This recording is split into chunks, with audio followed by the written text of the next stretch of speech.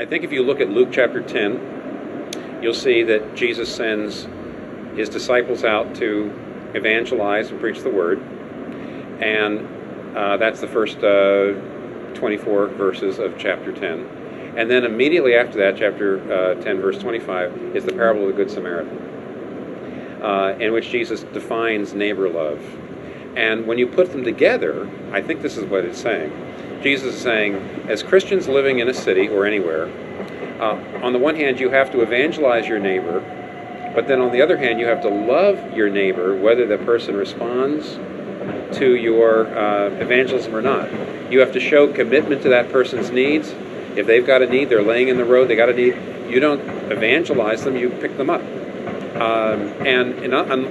Unless the people of the community see you laying yourself out for them in deeds of justice and mercy, caring about the neighborhood and the good of your neighbors, they're not going to believe that your evangelism is anything other than recruitment, an accrual of power.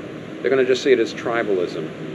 If you put them together, if you do deeds of justice without evangelism, you're dooming people, because ultimately what people need is to be saved for eternity. If you do preaching without deeds of justice, people are not going to listen to your evangelism. I think Luke 10 says they go together, and that's what we should be doing.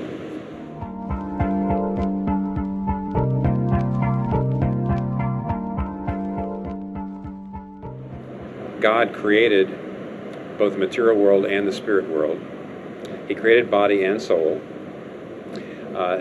Jesus Christ is redeeming both body and soul. That is, he's not simply taking us to heaven.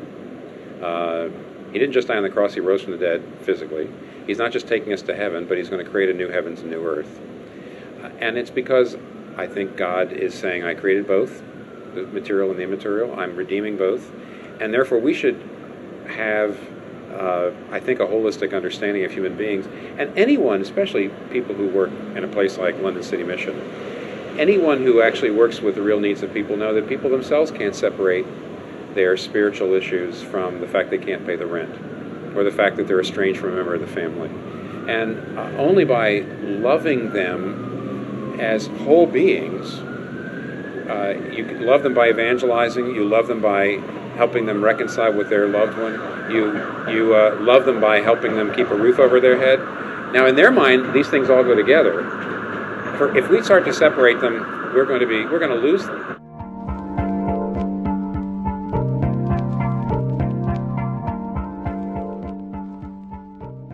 Generally, the urban poor are evangelized through relationships. I've often found that if you try to create some big event setting in which you bring the urban poor in to hear somebody speak, it doesn't work. They're too absorbed with their own problems in many cases, rightly so. They're just right on the edge of not only economic but emotional survival. They need to be loved into the kingdom.